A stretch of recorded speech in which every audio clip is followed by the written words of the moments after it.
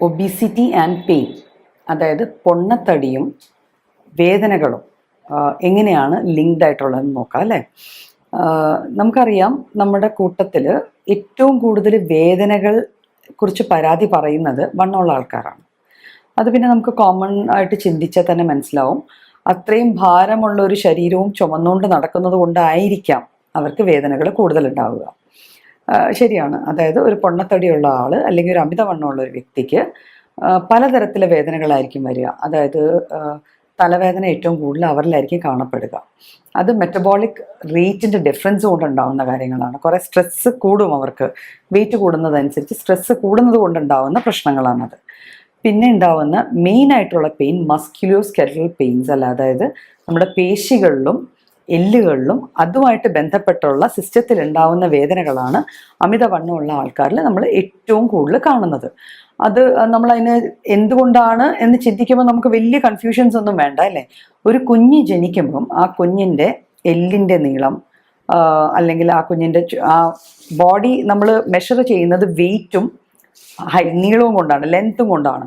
അപ്പം ഇതൊരു സെറ്റാണ്. ആ ഒരു സെറ്റിൽ ബാലൻസ്ഡ് ആയിട്ടാണ് നമ്മൾ പോകുന്നതെങ്കിൽ ഒരിക്കലും നമുക്ക് ആ ഒരു ബോഡിക്ക് ആ ഒരു വെയിറ്റ് താങ്ങുന്നതുകൊണ്ട് പ്രശ്നം ഉണ്ടാവില്ല. പലപ്പോഴും ജോയിൻറ്റ് പെയിൻസ് വരുന്ന വ്യക്തികളെ നമ്മൾ ശ്രദ്ധിച്ചാൽ കാണാൻ പറ്റും, പെട്ടെന്ന് വണ്ണം വെക്കുകയോ പെട്ടെന്ന് പൊക്കം വെക്കുകയോ ചെയ്യുമ്പോഴാണ് ഈ ഒരു പ്രശ്നം വരുന്നത്. അതായത് അവിടെ ഒരു പ്രൊപ്പോർഷനിൽ ഒരു വ്യത്യാസം വരുന്നുണ്ട്. അതൊരു ആനുപാതികമായിട്ട് അല്ലാതെ ഉള്ള ഒരു വളർച്ച, എല്ലുകളുടെ വളർച്ചയായാലും കൊള്ളാം, മസിൽസിൻ്റെ വളർച്ചയായാലും കൊള്ളാം. ഇപ്പോൾ ചില പിള്ളേർ ചില ഏജിൽ ഭയങ്കരമായിട്ട് കംപ്ലൈൻറ്റ് ചെയ്യാറുണ്ട്, കാലുവേദന, കൈവേദന എന്നുള്ളത്. അതിന് റീസൺ ഈ ഗ്രോത്തിൽ വരുന്ന ഒരു ഇംബാലൻസ് ആണ്. അപ്പം ഇത് തന്നെയാണ് പൊണ്ണത്തടിയുള്ള ഒരാളിനും സംഭവിക്കുന്നത്. അതായത് ആ വ്യക്തിയുടെ ഹൈറ്റും വെയിറ്റും തമ്മിൽ ഒരു റിലേഷൻ ഉണ്ട്. നമ്മളത് ആ ബോഡി മാസ് ഇൻഡെക്സ് എന്ന് പറയും. അതായത് ആ ഒരു വ്യക്തിയുടെ വെയിറ്റ് കിലോഗ്രാംസിൽ എടുത്തിട്ട് അതിന് മീറ്റർ സ്ക്വയറിൽ കിട്ടുന്ന ഹൈറ്റ് കൊണ്ട് നമ്മൾ ഡിവൈഡ് ചെയ്താൽ കിട്ടുന്ന ഒരു വാല്യൂ. ഈ ബോഡി മാസ് ഇൻഡെക്സ് 30 താഴെയാണെങ്കിൽ അതുവരെ നമുക്ക് വലിയ പ്രശ്നങ്ങളൊന്നും ഉണ്ടാവില്ല. പക്ഷേ ഈ 30 മേലെ ആയി തുടങ്ങുമ്പോൾ അത് അമിതവണ്ണത്തിലേക്കും, പിന്നെ അതിൽ നിന്ന് കൂടി 35, 40 അങ്ങനെ വരുമ്പോഴത്തേക്കും ഗ്രേഡ് 1, ഗ്രേഡ് 2, ഗ്രേഡ് 3 ഒബീസിറ്റി അല്ലെങ്കിൽ പൊണ്ണത്തടിയിലേക്ക്, മോർബിഡ് ഒബീസിറ്റി, ഒരു അസുഖം എന്ന് ആയി മാറുന്ന ഒബീസിറ്റിയിലേക്കാണ് ഇത് ഇൻഡിക്കേറ്റ് ചെയ്യുന്നത്. അപ്പം അവിടെയും ആ അനുപാതമാണ് പ്രശ്നം. അതായത് എല്ലുകളുടെ വളർച്ചയും അവരുടെ ആ ഒരു നീളവും അതിൻ്റെ ആ ഒരു സൈസിനും ആനുപാതികമല്ലാത്ത രീതിയിൽ ശരീരം വളരുക. ശരീരം എന്ന് വെച്ചാൽ മസിൽസും അതിന് ചുറ്റുവട്ടമുള്ള ഫാറ്റും. അപ്പം ഈ വെയിറ്റ് താങ്ങേണ്ടത് ഈ എല്ലുകൾ തന്നെയാണ്. ഈ സ്കെലറ്റൽ സിസ്റ്റം, നമ്മുടെ എല്ലുകളുടെ ഒരു സിസ്റ്റം ഉണ്ടല്ലോ, നമ്മുടെ അസ്ഥികൂടം. ഈ അസ്ഥികൂടത്തിന് വലിയ മാറ്റങ്ങളൊന്നും വരുന്നില്ല. ആ അസ്ഥികൂടം തന്നെയാണ് ഈ എക്സ്ട്രാ വെയിറ്റിനെ താങ്ങേണ്ടത്. അപ്പം നാച്ചുറലി എവിടെയൊക്കെ ആയിരിക്കും നമുക്ക് പെയിൻസ് ഉണ്ടാവുക? ഇപ്പം ഒബീസിറ്റി അല്ലെങ്കിൽ പൊണ്ണത്തടിയുടെ കൂടെ നമുക്ക് യൂഷ്വലി കാണുന്നത് ഫൈബ്രോമയാൽജിക് പെയിൻസ് എന്നാണ് പറയുക.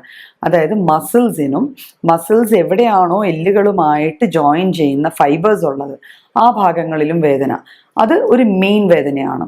പിന്നെ ഉള്ളത് റുമാറ്റിക് പെയിൻസ് ആണ്. റുമാറ്റിക് എന്ന് പറയുമ്പം അസ്ഥികളുമായിട്ട് ബന്ധപ്പെട്ട വേദനയാണ്. അപ്പം നമ്മൾ പറഞ്ഞല്ലോ, നമ്മുടെ ഈ അസ്ഥികളുടെ ഒരു സിസ്റ്റം ഉണ്ട്, നമുക്ക് സ്കെലറ്റൽ സിസ്റ്റം ഉണ്ട്.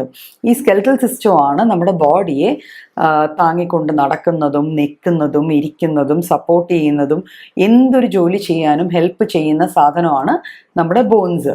അപ്പം ഈ പൊണ്ണത്തടി വന്നു കഴിയുമ്പം ഈ ബോൺസ് ക്യാരി ചെയ്യേണ്ട വെയിറ്റ് കൂടുകയാണ്. അപ്പം വെയിറ്റ് ബെയറിങ് ജോയിൻസ് അല്ലെങ്കിൽ വെയിറ്റുകൾ താങ്ങി നടത്തുന്ന ഒരു സെറ്റ് ഓഫ് അസ്ഥികൾ അല്ലെങ്കിൽ ഒരു സെറ്റ് ഓഫ് സന്ധികൾ നമ്മുടെ ബോഡിയിലുണ്ട്. ഒന്ന് നമ്മുടെ നടുവ് ഭാഗം എന്ന് പറയുമ്പോൾ നമ്മുടെ ബാക്ക് ബോണും താഴെയുള്ള 2 കാല് നമ്മുടെ നടുക്ക് വരുന്ന ആക്സിയൽ സ്കെൽറ്റനും അതുകൂടാതെ തന്നെ നമ്മുടെ കാലുകളും തമ്മിൽ ലിങ്ക് ചെയ്യുന്ന ഒരു ബോണാണ് അവിടെ ഇരിക്കുന്നത്, ഹിപ്പ് ബോൺ. അപ്പം അവിടെ നമുക്ക് ഹിപ്പിൽ നല്ലത് വേദന ഫീൽ ചെയ്യാം. പിന്നത് താഴോട്ടാണ്, കാലുകളിലേക്കാണ് മുട്ടുവേദനയും മെയിനായിട്ട് ഉപ്പൂറ്റി വേദനയും. അപ്പം ഇത്തരം വേദനകളാണ് യൂഷ്വലി ബോൺസുമായിട്ട് ബന്ധപ്പെട്ട് നമ്മൾ വെയിറ്റ് റിലേറ്റഡ് ആയിട്ട് വരിക. പിന്നെ ഉള്ളൊരു ഫാക്ട്, ഈ വേദനകൾ വരാനുള്ള കാരണം എന്ന് വെച്ചാൽ നമ്മുടെ മസിൽസ് യൂഷ്വലി നമ്മുടെ ബോൺസിനെ സപ്പോർട്ട് ചെയ്യണ സംഭവങ്ങളാണ്. മസിൽസും ഫൈബേഴ്സും ഒക്കെ നമ്മുടെ ബോൺസിനെ സപ്പോർട്ട് ചെയ്യും. പക്ഷേ ഒരു അമിതവണ്ണം അല്ലെങ്കിൽ പൊണ്ണത്തടി വന്നു കഴിയുമ്പോൾ ഈ മസിൽസ് ലാക്സ് ആയി തുടങ്ങും. അതിൻ്റെ ഇടയ്ക്ക് ഫാറ്റ് വന്ന് ആ മസിൽസിൻ്റെ ഒരു സ്ട്രെങ്ത് ഉണ്ടല്ലോ, അത് പിടിച്ചു നിർത്താനുള്ള ആ ഒരു ബലം അതങ്ങ് കുറഞ്ഞിട്ട് മസിൽസ് ശരിക്കും ലൂസ് മസിൽസ്, ഫ്ലാബ് എന്നൊക്കെ പറയില്ലേ, കൊഴുപ്പടങ്ങി ഇങ്ങനെ ലൂസായിട്ട് തൂങ്ങിക്കിടക്കുന്ന രീതിയിലുള്ള ഒരു മാംസപിണ്ഡം പോലെയായി മാറുകയാണ്. അപ്പോൾ മസിൽസിന് നമ്മുടെ ജോയിൻസിനെ സപ്പോർട്ട് ചെയ്യാൻ പറ്റില്ല. ഇപ്പം മുട്ടിനെ സപ്പോർട്ട് ചെയ്യാനുള്ള മുട്ടിന്റെ മേലെയുള്ള മസിൽസും താഴെയുള്ള മസിൽസും ലൂസായിട്ട് കിടക്കുകയാണ്. അപ്പോൾ അവർ മുട്ടിനെ സപ്പോർട്ട് ചെയ്യാൻ അവർക്ക് പറ്റില്ല. അതുപോലെ തന്നെ ഉപ്പൂറ്റിയെ സപ്പോർട്ട് ചെയ്യാൻ പറ്റില്ല. അപ്പോൾ അങ്ങനെ ആവുമ്പോഴും ഈ സ്ട്രെസ് മൊത്തം വന്ന് ചേരുന്നത് ഈ വലിയ ജോയിൻസിലാണ്. അങ്ങനെയാണ് യൂഷ്വലി ഈ വണ്ണമുള്ള ആൾക്കാരിൽ നടുവ് വേദന നമ്മൾ ഏറ്റവും കൂടുതൽ കാണുന്ന സാധനങ്ങളാണ് നടുവ് വേദന, മുട്ടുവേദന, ഉപ്പൂറ്റി വേദന.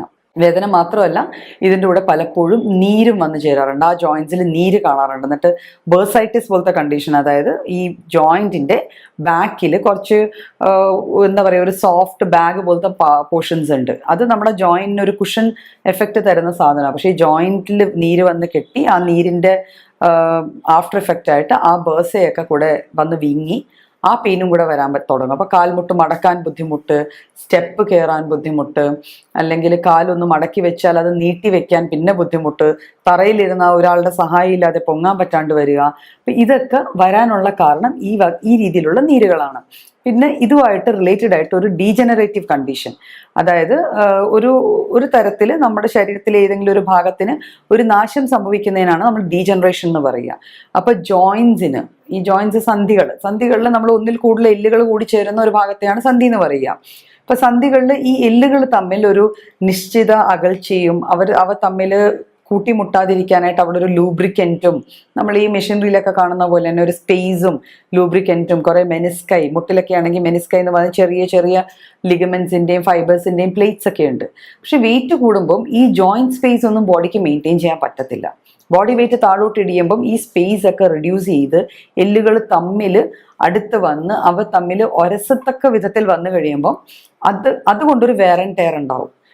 എന്താ പറയുക, നമ്മളൊരു സാധനം കുറേ അധികം യൂസ് ചെയ്ത് കഴിഞ്ഞാൽ അതിലുണ്ടാവുന്നതായ ചെറിയ ചെറിയ നഷ്ടങ്ങൾ. അപ്പോൾ ഈ വേർ ആൻഡ് ടയർ ഉണ്ടായി കഴിയുമ്പം ഈ ജോയിൻസിലൊക്കെ ജോയിന്റ് സ്പേസ് റിഡക്ഷൻ, ഈ സ്പേസ് ചെറുതായി വരികയും അവർ തമ്മിൽ മുട്ടുമ്പോൾ ഭയങ്കര ഇലക്ട്രിക് ലൈക്ക് പെയിൻസ് എന്നാണ് പറയുക. നമുക്കൊരു കറണ്ട് അടിക്കുന്ന പോലത്തെ വേദനയായിരിക്കും മുട്ടിലും ഉപ്പൂറ്റിയിലും ഒക്കെ തോന്നുന്നത് ചില സമയത്ത്. എന്നിട്ട് ഈ ജോയിൻസിന് അവിടെ ചെറിയ ക്ഷതങ്ങൾ വന്നിട്ട് ആ ജോയിൻസ് പോറസായി മാറുകയാണ്. കാൽഷ്യം ഒക്കെ കുറയും. ബോഡി വെയിറ്റ് കൂടി ഫാറ്റ് മെറ്റബോളിസം പ്രോപ്പർ അല്ലാണ്ട് ആയി കഴിയുമ്പോൾ കാൽഷ്യം മെറ്റബോളിസത്തെ അത് ബാധിക്കും. അപ്പം കാൽഷ്യം കുറയുമ്പോൾ ബോഡിയിൽ സ്റ്റോർസിൽ കാൽഷ്യം ഉള്ളതെന്ന് വെച്ചാൽ ബോൺസിലാണ്, എല്ലുകളിൽ മാത്രമാണ് നമ്മുടെ ശരീരം കാൽഷ്യം സ്റ്റോർ ചെയ്ത് വെക്കുന്നത്. അപ്പോൾ ബ്ലഡിലേക്ക് വേണ്ട കാൽഷ്യം ബ്ലഡിൽ നിന്ന് ബോൺസിൽ നിന്ന് എടുക്കാൻ തുടങ്ങും. അങ്ങനെ പതുക്കെ പതുക്കെ ഓസ്റ്റിയോ ആർത്രൈറ്റിസ് അല്ലെങ്കിൽ എന്താ പറയുക, സന്ധികൾക്ക് തേയ്മാനം വന്ന് തുടങ്ങും. അങ്ങനെ ഈ തേയ്മാനവും കൂടെ ആഡ് ഓൺ ചെയ്യുമ്പോൾ വേദനകൾ സ്ഥായിയായ വേദനകളായി മാറും. ഈ തേയ്മാനം പലപ്പോഴും നമ്മളൊരു ഓർത്തോയിൽ കൊണ്ട് കാണിച്ചാൽ തേയ്മാനം ഒരിക്കലും നമുക്ക് റിവേഴ്സ് ചെയ്യാൻ പറ്റില്ല. അത് സംഭവിച്ചു, പിന്നെ നമുക്ക് എന്താ ചെയ്യാൻ പറ്റുക? അപ്പം നമ്മൾ മരുന്നുകളുടെ സഹായത്തോടുകൂടെ നമ്മൾ ചെയ്യുന്നത് എന്താണെന്ന് വെച്ചാൽ ഈ തേയ്മാനം അല്ലെങ്കിൽ ഈ ഓസ്റ്റിയോ ആർത്രൈറ്റിക് ചേഞ്ചസ് പിന്നെ കൂടാതെ നോക്കണം. അതുകൂടാതെ അവിടെ കുറേ കാൽഷ്യം ഡെപ്പോസിറ്റ്സ് വരാറുണ്ട്. ഈ ബോൺസിനെ സപ്പോർട്ട് ചെയ്യാൻ വരുന്ന കുറച്ച് കാൽഷ്യം ഡെപ്പോസിറ്റ്സ്, അത് അൺവാണ്ടഡ് ഡെപ്പോസിറ്റ്സ് ആണ്, അതിൻ്റെ ആവശ്യമില്ല അവിടെ. അപ്പോൾ അത് നിൽക്കുന്നത് കൊണ്ട് തന്നെ പലപ്പോഴും നമ്മൾ നടക്കുകയോ എല്ലാം ചെയ്യുമ്പോൾ അകത്ത് എന്തോ ഒരു ക്രാക്ലിംഗ് സൗണ്ട് പോലെ, അകത്ത് എന്തോ ഒടിയണ ഒരു ശബ്ദം അല്ലെങ്കിൽ ഒരു കിരീരാന്നൊരു ശബ്ദം കേൾക്കുന്ന ഈ പരാതികളൊക്കെ നമ്മൾ കേൾക്കാറുണ്ട്. അപ്പം അങ്ങനെ വരും. അപ്പോൾ ഈ കാൽഷ്യം ഒക്കെ റീഅബ്സോർബ് ചെയ്യാനും ബോൺസിലെ കാൽഷ്യം മെയിൻറ്റെയിൻ ചെയ്യാനും ഒക്കെയാണ് നമ്മൾ യൂഷ്വലി മരുന്നുകൾ കഴിക്കുന്നത്. പിന്നെ ഇതിൻ്റെ ഏറ്റവും സോളിഡ് ആയിട്ടുള്ള ഒരു പരിഹാരം എന്ന് പറഞ്ഞാൽ നമ്മൾ വെയിറ്റ് റിഡക്ഷൻ തന്നെയാണ്. വെയിറ്റ് റിഡ്യൂസ് ചെയ്തേ പറ്റൂ. പക്ഷെ വെയിറ്റ് റിഡ്യൂസ് ചെയ്യാനായിട്ട് ഈ ഓവർ വെയിറ്റ് ഉള്ള ഒരാൾക്ക് ഒരു പരിധിക്കപ്പുറം, ഈ പൊണ്ണത്തടിയുള്ള ആൾക്ക്, ഓവർ വെയിറ്റിനേക്കാളും പൊണ്ണത്തടിയുള്ള ആൾക്ക് ഒരു പരിധിക്കപ്പുറം എക്സസൈസസിന് റിസോർട്ട് ചെയ്യാൻ പറ്റില്ല. കാരണം എന്ന് വെച്ചാൽ ഇത്രയും വലിയ ശരീരം നോർമലി തന്നെ എല്ലുകൾക്ക് താങ്ങാൻ പറ്റുന്നില്ല. ആ ഒരു അവസ്ഥയിൽ നമ്മൾ അതിൻ്റെ പുറത്തൂടെ എക്സസൈസിൻ്റെ ലോഡും കൂടെ ഇടാൻ പറ്റില്ല. അപ്പം നമുക്ക് ചെയ്യാൻ പറ്റുന്നത് അതിന് സപ്പോർട്ടീവായിട്ട് കുറച്ച് മാനേജ്മെൻറ്റ് പാർട്ടാണ് ചെയ്യേണ്ടത്.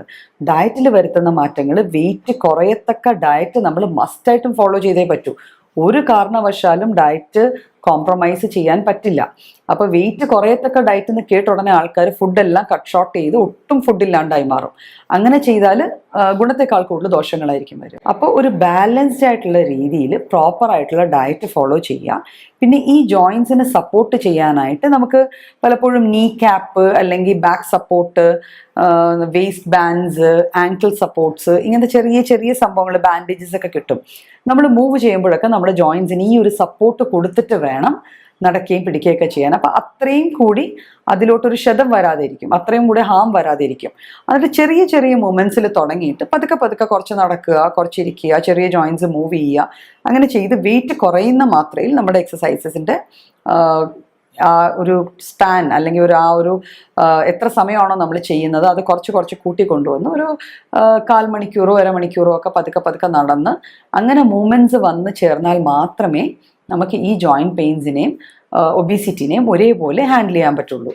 അപ്പം ഇതിൽ നമ്മൾ സപ്ലിമെൻറ്റ് ചെയ്യേണ്ട കാര്യം കാൽഷ്യം റിച്ച് ആയിട്ടുള്ള ഫുഡ് മസ്റ്റായിട്ടും ചെയ്തേ പറ്റൂ. പലരും വെണ്ണമാണെന്ന് പറഞ്ഞ് പാല് പൂർണ്ണമായിട്ടും അങ്ങ് നിഷേധിച്ചേക്കുക, വേണ്ട പാല് കുടിച്ചാൽ വണ്ണം വെക്കും. പക്ഷെ പാലിലുള്ള കാൽഷ്യം ഓൾമോസ്റ്റ് ഇന്നെവിറ്റബിൾ ആണ്, നമുക്കത് വേണം. എന്ന് വെച്ചാൽ ഒരു പ്രായം കഴിഞ്ഞാൽ ബോഡിയിലെ കാൽഷ്യം മെറ്റബോളിസം ഏറ്റവും കൂടുതൽ എന്താ പറയുക കോംപ്രമൈസ്ഡ് ആയി പോകുന്ന ഒരു സിസ്റ്റമാണ്.